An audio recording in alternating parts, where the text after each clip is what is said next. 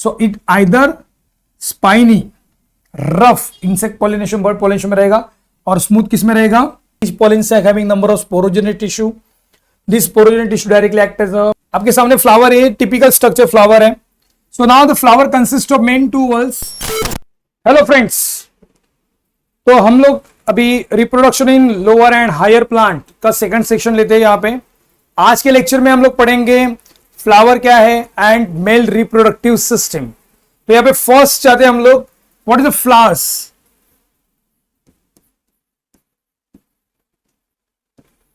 हम लोग कोई भी फ्लावर्स की बात करते हैं,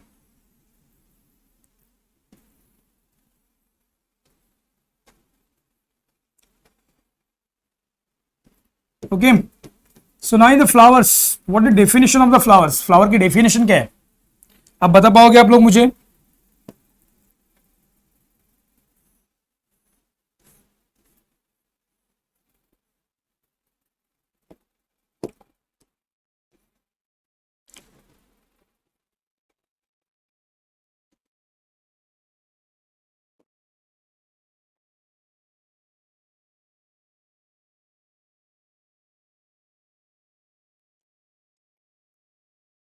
व्हाट इज द फ्लावर, किसको बोलेंगे फ्लावर्स. मैंने आपको एक सामने एक फ्लावर निकाला है. So what is mean by flowers, flower किसको बोलेंगे. सो नाउ हियर बहुत सारे एंड्रिशियम रहते हैं. आपको जो मैंने फ्लावर निकाला वो हिबिस्कस का फ्लावर है.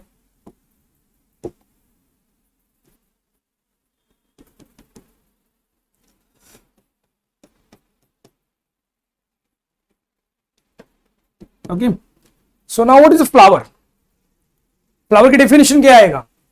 Flower is a highly modified, flower is a highly modified condense shoot. Flower is a highly modified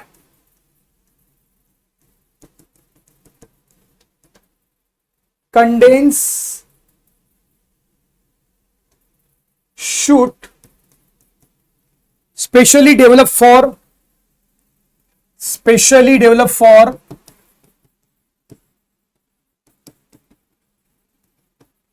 sexual reproduction in the plants.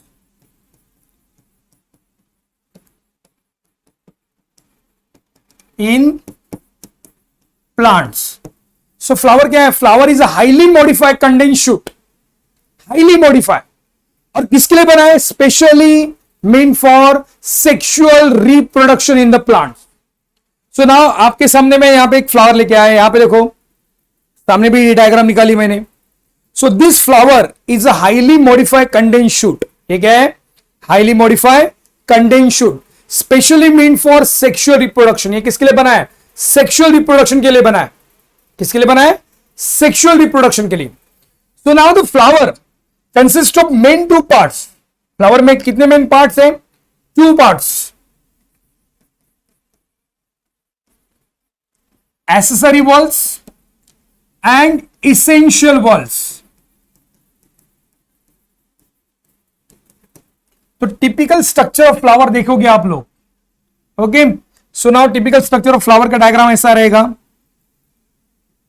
कोई भी डायग्राम निकाल दो चलेगा. मैं यहां पे निकालता हूं डायग्राम.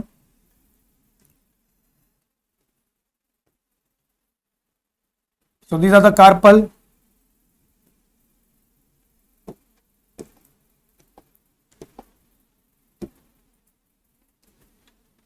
यहां पे मैंने कैलिक्स निकाला है.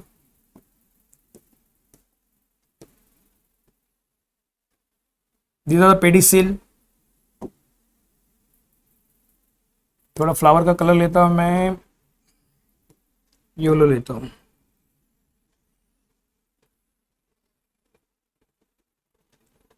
Now the स्टेमन.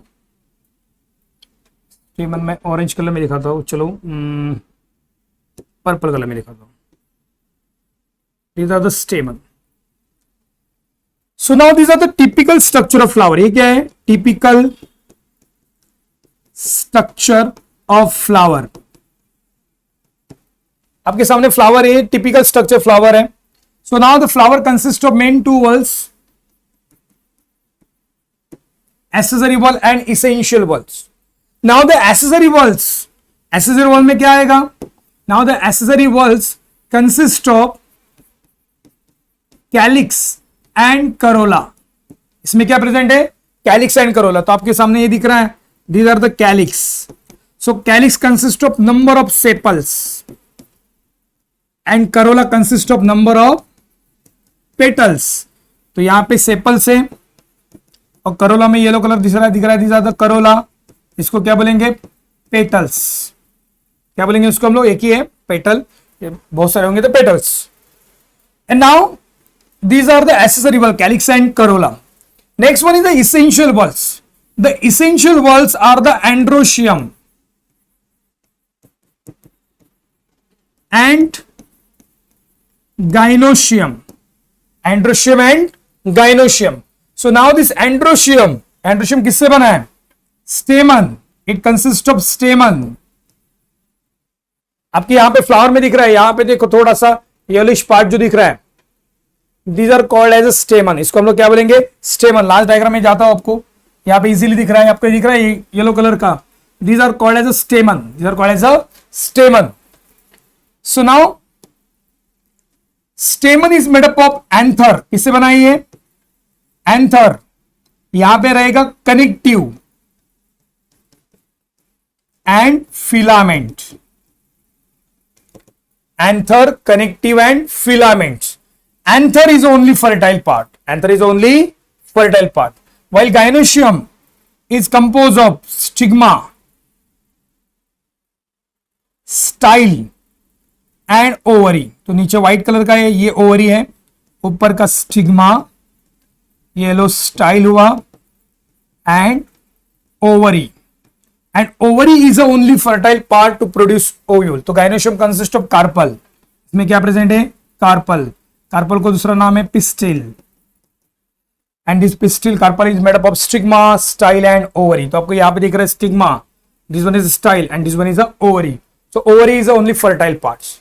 सो आज हम लोग देखेंगे मेल रिप्रोडक्टिव सिस्टम। तो यहाँ पे देखो हम लोगों ने कहां से आए?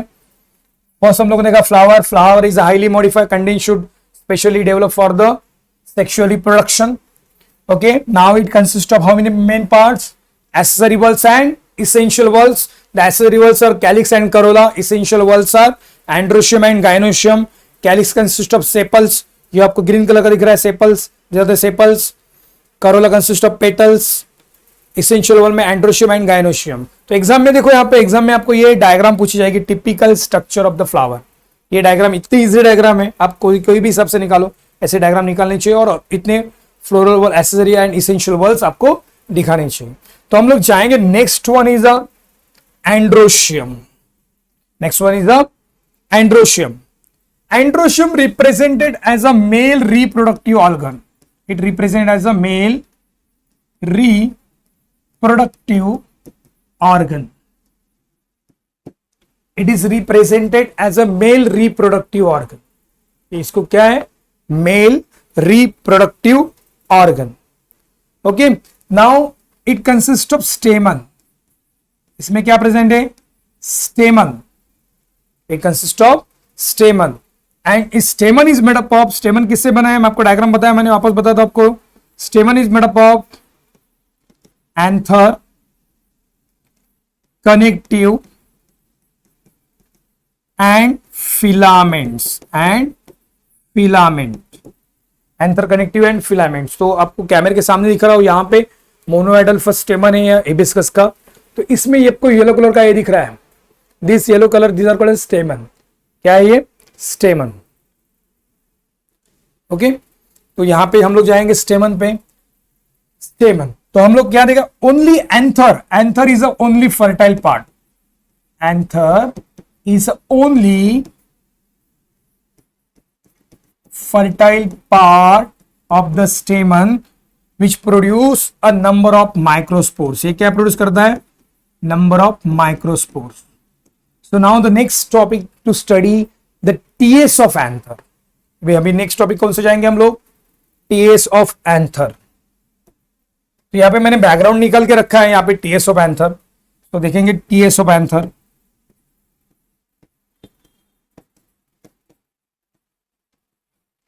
TS of anther. So now anther, mature anther is generally dithecous. कैसे रहता है? Dithecous. The mature anther generally dithecous. ये कैसा है? Dithecous. And tetrasporangiate. And tetrasporangiate. वापस देखो, the mature anther. Anther is only fertile part of the stamen. The mature anther is generally dithecous. Di means they having main two lobes. यहां पे एक lobe दिख रहा है, यहां पे एक लोब दिख रहा है. Having two main lobes. And tetrasporangiate. Tetrasporangiate mean they having a 4 pollen sac. एक लोब में 2 pollen sac है. 2 pollen sac. So now this anther tetrasporogate हुआ. This anther consists of main 2 parts. Anther के कितने parts है? Main 2 main parts. पहला है anther wall and second one is a microsporangia. Microsporangia. Microsporangia.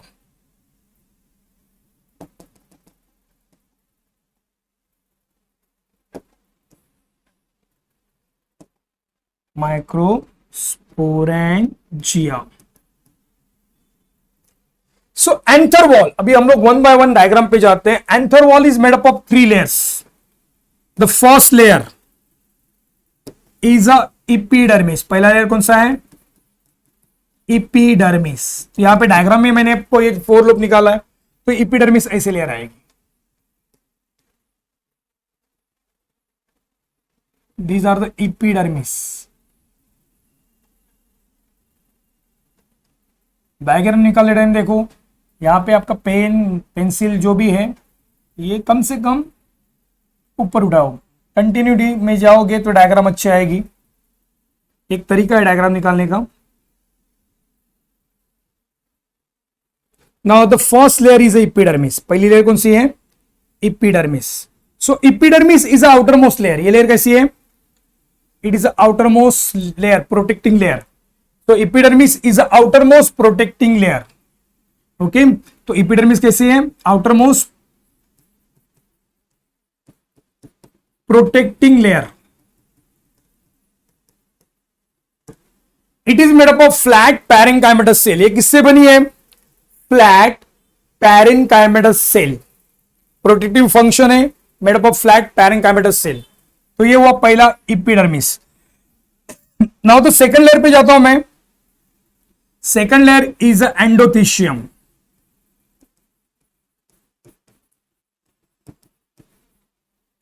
Second layer is a endothecium. So endothecium is a second anther wall layer.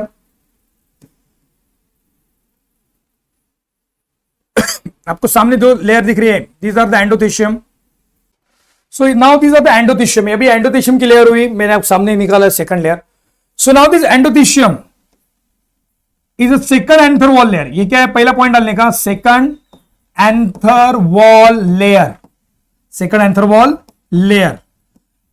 Okay, इसका main characteristics है, ये याद रखो. 1 सेंटेंस के लिए आता है. It is a characteristics of, ये पॉइंट मेन है. It is a characteristics of fibrous thickening of callose. It is a fibrous thickening of callus. It is the characteristics of fibrous thickening of callus. ये इसका characteristics है. वापस देखो, endothecium is the second anther wall layer. It is the characteristics of fibrous thickening of callus. It is a hygroscopic in nature. Hygroscopic in nature. इसलिए मैंने blue colour में लिया जानबूझ के. So it help in a dehiscence. Dehiscence means, तो अभी आप next diagram में दिखा था आपको. Dehiscence देख सकते हैं कि यहाँ पे पॉलिन लिबरेटेड हुए, इसको बोलते हैं डिहाइसेंस. तो ये क्या करते हैं? एंडोथीशियम जो लेयर है ये इट एब्सॉर्ब एटमॉस्फेरिक वाटर. ये एंडोथीशियम लेयर एटमॉस्फेरिक वाटर को एब्सॉर्ब करता है एंड हेल्प इन डिहाइसेंस. यहां से टूट जाता है and pollen grains are liberated out. Pollen grains are liberated out. तो इसका मेन फंक्शन है, it is hygroscopic in nature and help in dehiscence, help in dehiscence, ये वो आपका endothecium. Now the next layer, endothecium के बाद आएगा middle layer. Next one is the middle layer. तो यहां पे 2 to 3 लेयर्स, यहां पे डायग्राम में आपको दिखा रहा हूं मैं आपको। These are the third anther wall layer, it is 2 to 3 layers. यहां पे देखो 2 या 2 से ज्यादा लेयर निकालो यहां पे। तो ये हो गया आपका middle layer. It is made up of parenchymatous cell. यहां पे देखो it is third anther wall layer, it is 2 to 3 layers made up of parenchymatous cell. किससे बना है ये? Parenchymatous cell. And now it degenerate at maturity. ये क्या होता है? डीजनरेट होता है मैच्योरिटी में, जब मैच्योर होता है anther, so it undergoes degeneration, it undergoes degeneration. तो ये आपका हुआ मिडल लेयर। यहां पे भी निकलता हूं। So it is 2 to 3 layers. वापस it is a third anther wall layer, it degenerate at maturity. Maturity के टाइम ये क्या हो जाता है? डीजनरेट। तो ये वो आपका हो गया मिडल लेयर। थर्ड कौन सा है? Middle layer. So this middle layer degenerate at maturity.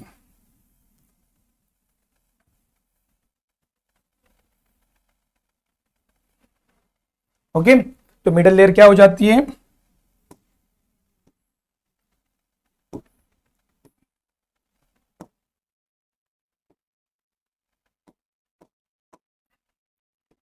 To two 3 layer से made up of parenchymatous cell. किससे बनी है? Parenchymatous cell degenerate at maturity, degenerate at maturity. Maturity के टाइम क्या हो जाता है? ये डीजनरेट। अभी उसके बाद आएगा next layer is a tapetum. Next layer कौन सा आएगा? टैपेटम। यहां पे मैं थोड़ा कलर भी चेंज कर लेता हूं। Next one is a fourth one is a tapetum. तो यहां पे अंदर जो लेयर आएगा, these are called as a tapetum.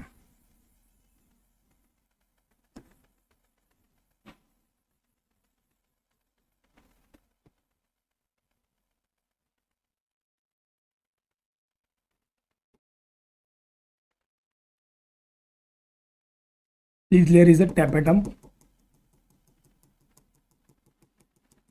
Now this tapetum is a innermost anther wall layer. इसको क्या बोलेंगे हम लोग? Innermost anther wall layer. Completely surrounded to the pollen sac. So now these are the innermost. ये क्या है? This layer is a innermost anther wall layer surrounded to the, किसको surrounded की है?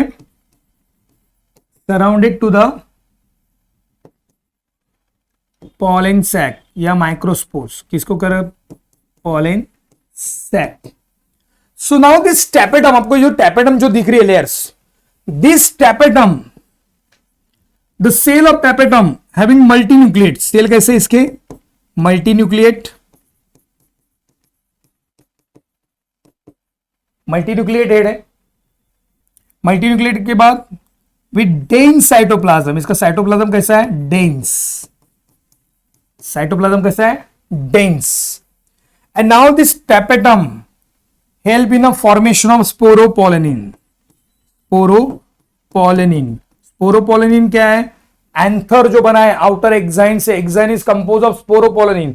तो ये टैपेटम एक्साइन के स्पोरोपोलेनिन फॉर्मेशन के लिए हेल्प करता है। तो इतना इसका फंक्शन है। देखो tapetum innermost anther wall layer, it is surrounded to the pollen sac. The cell of tapetum is a, ये सेल कैसे है? सेल कैसे है? With dense cytoplasm and multinucleate. एक न्यूक्लियस से ज्यादा न्यूक्लियस इसमें present, multinucleate. And it help in the formation of sporopollenin of exine of pollen grain, exine of pollen grain. तो ये वो आपका 4 लेयर जो हुआ, this 4 layers of the anther wall. तो एंथर वॉल का हम लोगों ने लेयर देखो, पहला इपिडर्मिस है, सेकंड कौन सा है? सेकंड इज द एंडोथीशियम, ये मिडल लेयर येलो वाला ये, एंड टैपेटम ये ऑरेंज वाला टैपेटम। ऑरेंज वाला क्या आएगा? टैपेटम आएगा।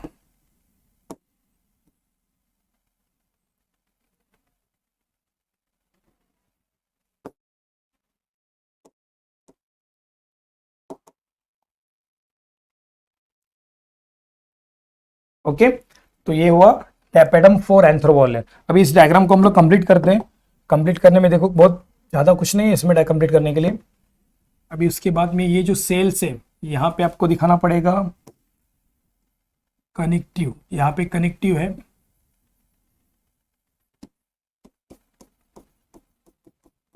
कनेक्टिव निकाला। उसके बाद पूरे सेल्स पे जाओ, यहाँ पे सेल्स निकालो ऐसे।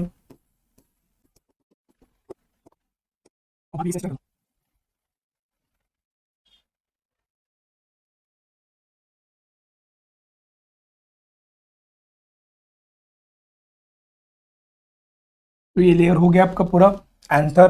तो स्ट्रक्चर निकालने में बहुत इजी है। देखो मैंने कुछ भी नहीं किया, मैं थोड़ा सा कलर चेंज किया इसलिए आपको लग रहा है। अभी हम लोग नेक्स्ट जाएंगे अबाउट द पॉलिन सैक। किस पे जाएंगे हम लोग?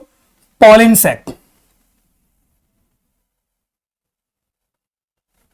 तो यहां पे these are the microsporangia, diagram आपको दिख रही है। एंथर वॉल हो गया अपना। Now next topic is anther wall के बाद pollen sac.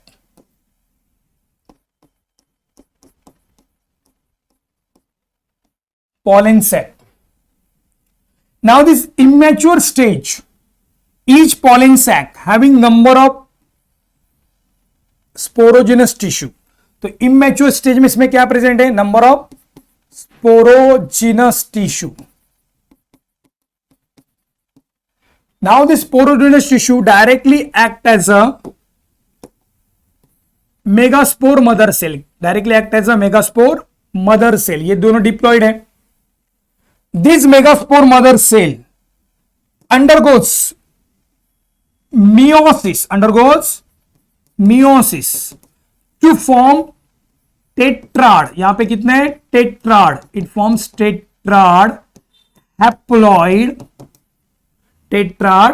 haploid megaspores, and this process is called as a megasporogenesis. तो हम लोग जा रहे हैं पॉलिन सैक पे। तो in immature stage each pollen sac having number of sporogenous tissue. This sporogenous tissue directly act as a microspore mother cell. Microspore mother cell मैंने यहां पे मेगा लिखा है। दिस माइक्रोस्पोर mother cell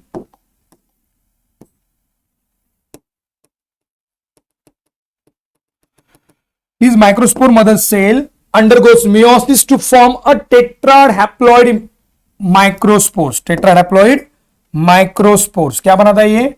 tetrad haploid microspores.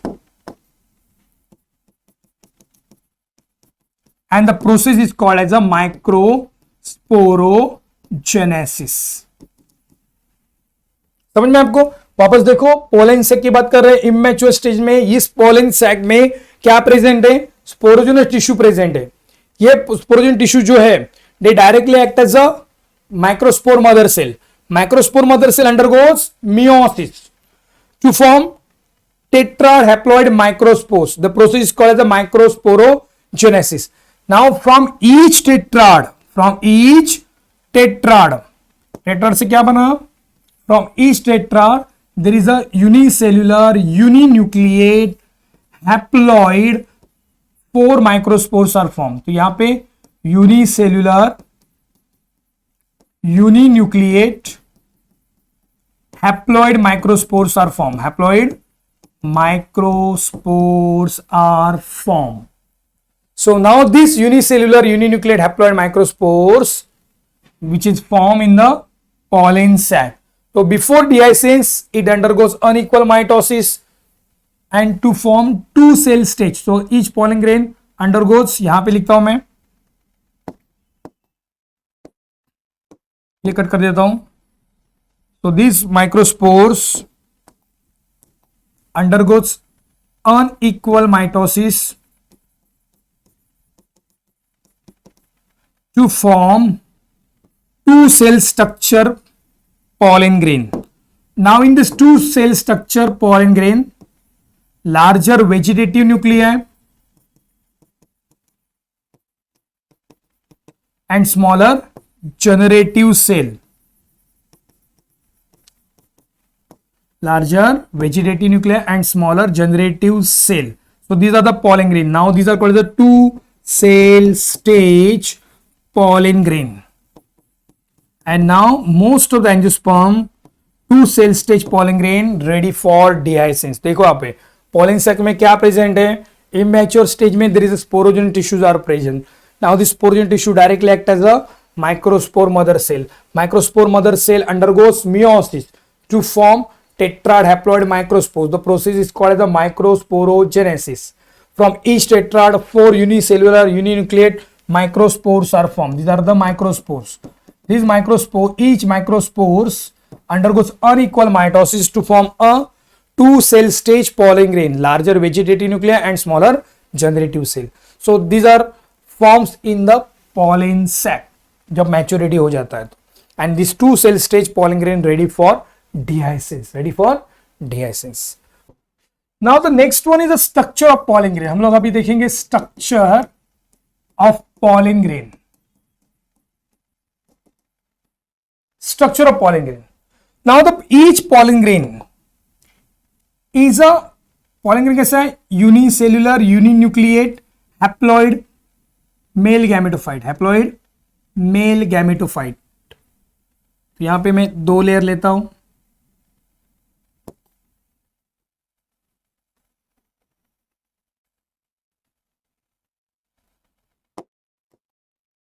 तो यहाँ पे तो pollen grain is a initial cell of male gametophyte. ये initial cell है male gametophyte का.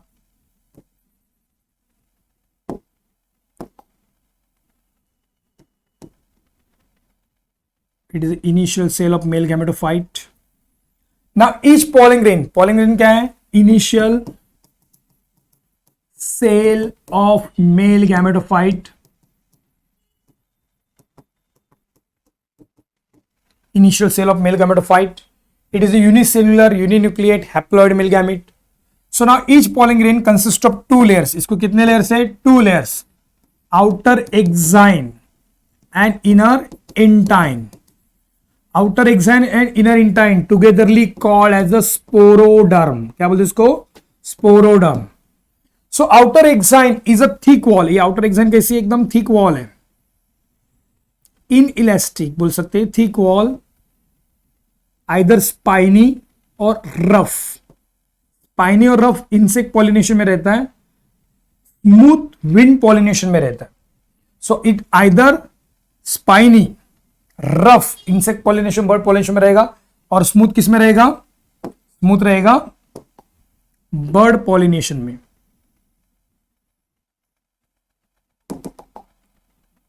ओके, समझ में आपको? तो ये हुआ आपका exine. So now this exine, अभी ले फर्स्ट पे जाता हूं मैं एक्साइन पे.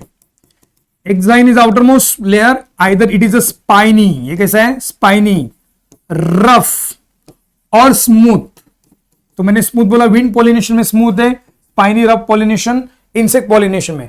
Now this exine is interrupted at many place, सब जगह पे नहीं है, सिर्फ बीच में जैसे छोटे छोटे छेद है उसको. These are called as a, it is interrupted at many places called as a germ pore. क्या उसको बोलते हैं? germ pore. तो इसको लेबलिंग क्या करेंगे? germ pore. So outer exine is composed of sporopollenin. किससे बना है? sporopollenin. And this sporopollenin provide biological and physical. It protect the pollen grain from biological and physical decomposition. तो ये pollen grain को बायोलॉजिकल और physical decomposition से बचाता है स्पोरोपोलिन. ये टेपेडम बनाता है, आपको टेपेडम पढ़ाते मैंने आपको बताया. तो exine is outer most pollen wall layer. It is spiny, rough or smooth. It interrupted at many places called as germ pores. Sporopollenin, it is composed of sporopollen. किससे बना है? Sporopollenin, which provide biological and physical decomposition. तो biological में bacteria, virus जो भी है, fungal विंगल, इससे pollen grain को बचाता है. फिजिकल में जो वाटर, विंड, जो भी फिजिकल फैक्टर है उससे पॉलन ग्रेन को बचाता है। इसलिए पॉलन ग्रेन एयर में बहुत दिन तक, बहुत सालों तक वायबल रहते हैं। एक डेट का पॉलन ग्रेन है खजूर का, 7 साल तक, 7 या 9 साल तक एयर में रहता है, फिर भी it is having a germination capacity maintain करता है, बिकॉज स्पोरोपोलोनिन जो बना है, exine compose of sporopollenin which provide biological and physical decomposition. ये हुआ exine. Next one is intine. अभी हम लोग जाएंगे इंटाइन पे। So intine is a innermost layer. Now this intine is a thin wall. कैसी है? थीन layer. It is composed of cellulose and pectin compound. Cellulose किससे बना है? Pectin. Both are strongly hydrophilic in nature. तो ये जब imbibition होता है through the jump pore, it forms a pollen tube. So now intine is the innermost pollen wall layer. It is a thin wall. It is composed of cellulose and pectin. और बीच में क्या आएगा? There is a nucleus. Okay तो ये वो आपका pollen grain structure. तो इतना देखो, structure of pollen grain is initial cell of male gametophyte. Okay, pollen grain is compose of 2 layer, outer exine and inner intine, togetherly called as a sporoderm. Outer exine is a thick wall. ये कैसा है? Thick wall, either spiny, rough और smooth. Spiny rough किस में पाए जाते हैं? Insect pollination, smooth wind pollination में। It interrupted at many place, called as a jump पोर। इसको हम लोग क्या बोलेंगे? Jump pore. It is compose, किससे बना है? Compose of sporopollenin which provide biological and physical decomposition. Next one is inner intine. Inner intine is a thin wall layer made up of cellulose and pectin compound. तो ये वो आपका structure of pollen grain. Now after structure of pollen grain हम लोग जाएंगे next one, development of male gametophyte. Next topic is a development of mail gametophyte. So development of male gametophyte completed at 2 different stages. पहला stage है before pollination in the pollen sac. Before pollination in the pollen sac. तो यहां पे देखो, before pollination in the pollen sac, अभी ये pollen grain है, 2 stage लेता हूं। पहले मैं इसका कंप्लीट करता हूं, before pollination in the pollen sac. तो now before pollination in the pollen sac, ये पीछे भी कंप्लीट किया मैंने।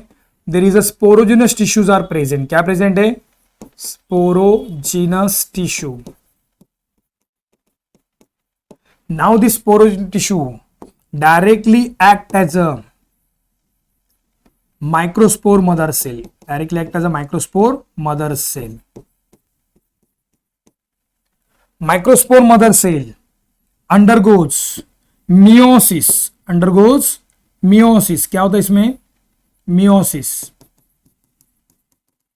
to form tetrad haploid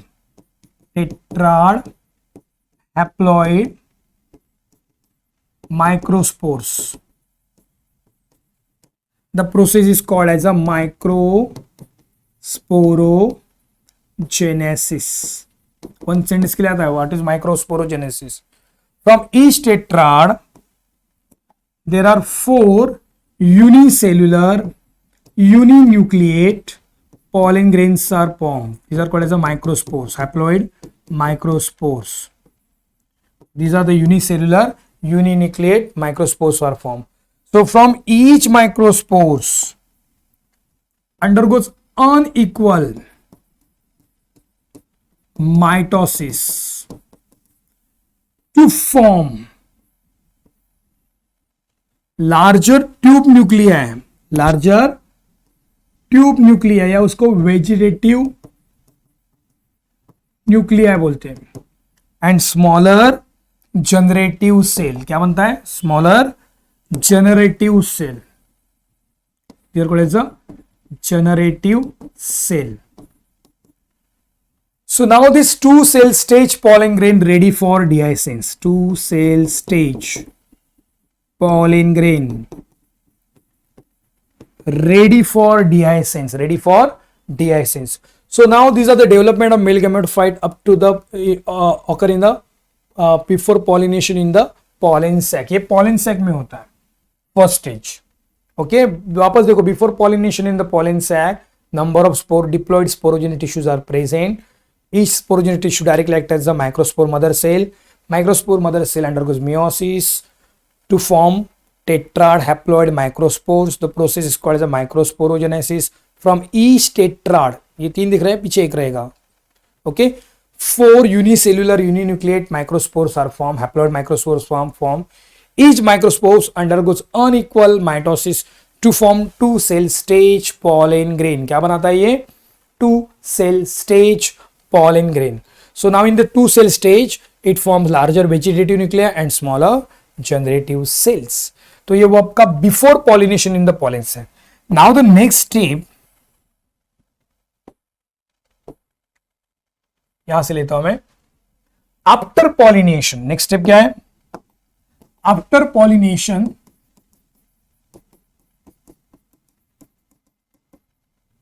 on the stigma. So now this 2 cell stage pollen grain, ये जो 2 cell stage pollen grain बना है, ready for dehiscence. So after successful pollination, this pollen grain deposited on the stigma. कहां पे deposited होता है? Stigma के ऊपर. This pollen grain deposited on the stigma. Now here only self compactable, मैंने क्या वर्ड यूज किया? Self compactable pollen grain allow for germination. तो यहां पे जो पिस्टल है, सरफेस ऑफ द स्टिग्मा है, ये पॉलन ग्रेन को रिकॉग्नाइज करता है और उसी स्पेशीज का पॉलन ग्रेन होगा तो ही जर्मिनेशन के लिए अलाउ करता है, तो उसको बोलते हैं हम लोग self compatible pollen grain. So now the self-compactable pollen grain allow for germination. So now from the pollen grain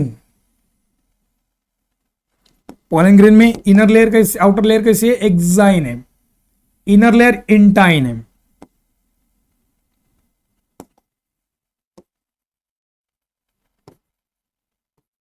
So now this pollen grain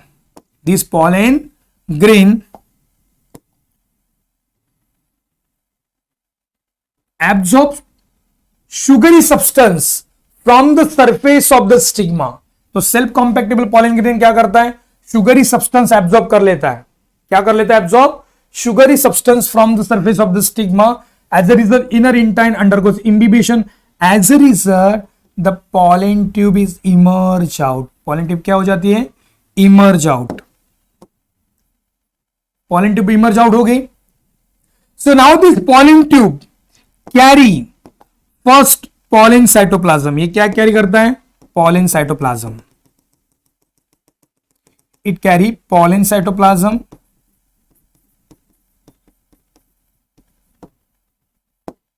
Then it carry vegetative nuclei.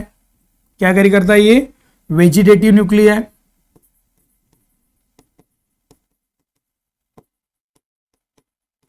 And lastly it carry generative cell respectively. generative cell, देखो, after pollen tube is formed, pollen tube carry pollen cytoplasm. क्या carry करता है? pollen cytoplasm carry करता है. उसके बाद vegetative Nucleya जाता है. वेजिटेटिव न्यूक्लिया के बाद क्या जाता है? Generative cells.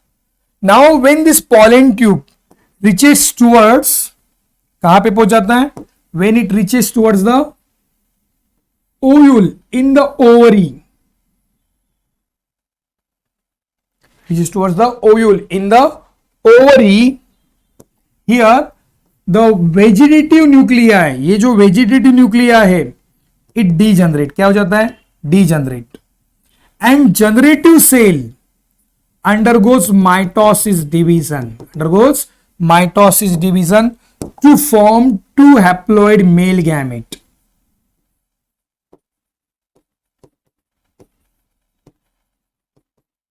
It forms 2 haploid male gamete. Okay, finally 2 male gametes are formed and these male gamete ready for the fertilization. भाई वापस देखो, after pollination on the stigma, the 2 cell stage pollen grain ready for dehiscence. After successful pollination, it deposited on the stigma.